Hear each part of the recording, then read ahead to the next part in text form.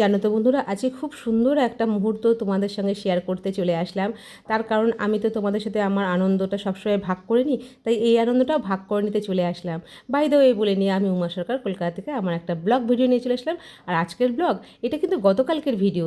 এই ব্লগে তোমাদের দেখাতে চলেছি উপায়ন পশ্চিমবঙ্গে বিজ্ঞান ও বিজ্ঞান পরীক্ষাতে তৃতীয় স্থান অধিকার করেছে, সেই প্রাইজ নিতে যাচ্ছি। উপায়নের বাবার কাছে ফোন এসেছিলো যে ছেলে এরকম প্রাইজ পেয়েছে, তাই প্রাইজটা আনতে যাচ্ছি। চলো আমরা পৌঁছে গেছি যেখানে প্রাইজ দেওয়া হবে। সেখানে মঞ্চটা সাজানো চলছে। দেখো, রবীন্দ্র জয়ন্তী উপলক্ষে রবীন্দ্রনাথের একটা বড় মূর্তি রেখে রবীন্দ্রনাথ ঠাকুরের উদ্দেশ্যে কিছু গান, কিছু আবৃত্তি এখানে হবে, আর তার সাথে পুরস্কার বিতরণী হবে। তা আমি দেখো, দেখতে দেখতে অনুষ্ঠান শুরুও হয়ে গেছে। আর বেশ কিছু গুণী মানুষ এখানে উদ্বোধনী সঙ্গীত দিয়ে অনুষ্ঠানটা শুরু করলো।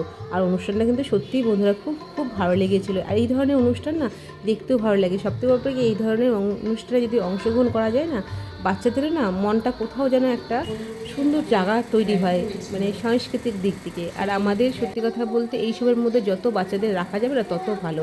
এই দেখো, ছোট্ট একটা বাচ্চা কি সুন্দর রবীন্দ্রনাথ ঠাকুরের একটা কবিতা আবৃত্তি করলো। তা আমি সাউন্ডটা একটু মিউট করে রেখেছি, কেন জানো তো, মানে সাউন্ড রেখেছি কিন্তু খুব সামান্য। তার কারণ হচ্ছে কি, আমার সামনে বিশাল বড় একটা স্ট্যান্ড পাখা ছিল, যার আওয়াজ এতটাই জোরে এসছে যে এদের সাউন্ডগুলো অতটা ভালো বোঝা যাচ্ছে না।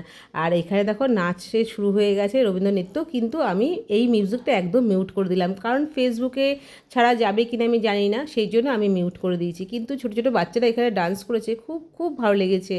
বেশ কিছু বাচ্চা সেজেগুজে এসছে, আর যখনই এরকম সেজেগুজে স্টেজে উঠে ডান্স করছে না, তখন আমার সঙ্গে সঙ্গে তোজোর দিদি তোয়ার কথা মনে পড়ে যাচ্ছে। কারণ ওকেও ছোটোবেলায় এরকম সুন্দর সুন্দর প্রোগ্রামে সাজিয়ে গুজিয়ে নিয়ে যেতাম। সেই আয়োজনটাই ছিল অন্যরকম আমার কাছে। এই ড্রেস পরবে, এই রকম মেয়েকে সাজাতে হবে। এই আনন্দের মুহূর্তটা মার কাছে খুব একটা যেমন চাপ থাকে, দায়িত্ব থাকে যে মেয়েকে রেডি করতে হবে, তেমন আনন্দও থাকে। অলরেডি পুরস্কার বিতরণী শুরু হয়ে গেছে। আর এই যে উপায়নকে ডেকে নিয়েছি, উপায়ন এখন স্টেজের দিকে যাচ্ছে পুরস্কার নিতে। চলো তোমরা একটুখানি এই মুহূর্তটা ওর সাথে একটুখানি সমানভাবে ভাগ করে নাও আনন্দটা। তাই জন্য আমি এই ভিডিওটা নিয়ে চলে আসলাম। আর উপায়ন তো পুরস্কারটা পেয়ে কতক্ষণে মানে ওর বাবা আসবে, আর ওর বাবাকে দেখাবে, ওর সমস্ত কিছু যা বক্তব্য আছে বলার সেগুলো বলবে, এই অপেক্ষায় রয়েছে। তা প্রাইজটা নেওয়ার পরে আমার কাছে আসলো। আমরা কটা ছবি টবি তুললাম, তোলার পরে তারপরে বাবাকে ফোন করলাম, কারণ হচ্ছে গিয়ে পুরো প্রোগ্রামটা দেখা আমাদের পক্ষে সম্ভব হয়নি। তার একটাই কারণ, উপায়নের বার পড়া আছে। তার বাবা চলে এসছে আমাদের নিতে। আর বাবা আসার পরে দেখো, ছেলে হাত পানারেই কত কিছু বাবাকে বোঝাচ্ছে, এটা ওটা সেটা করলে ভালো হতো। ওই একটুর জন্য সেকেন্ড পজিশন বা ফার্স্ট পজিশন পেলো না।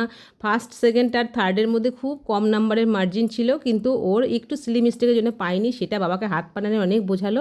লাস্টে ওর বাবা, আমি বললাম যে ঠিক আছে, পরীক্ষা তো আরও আছে, তখন করা যাবে। লাস্টে আমরা বাড়ির দিকে এগিয়ে চললাম। ভিডিওটা কেমন লাগলো জানাতে ভুলো না। টাটা।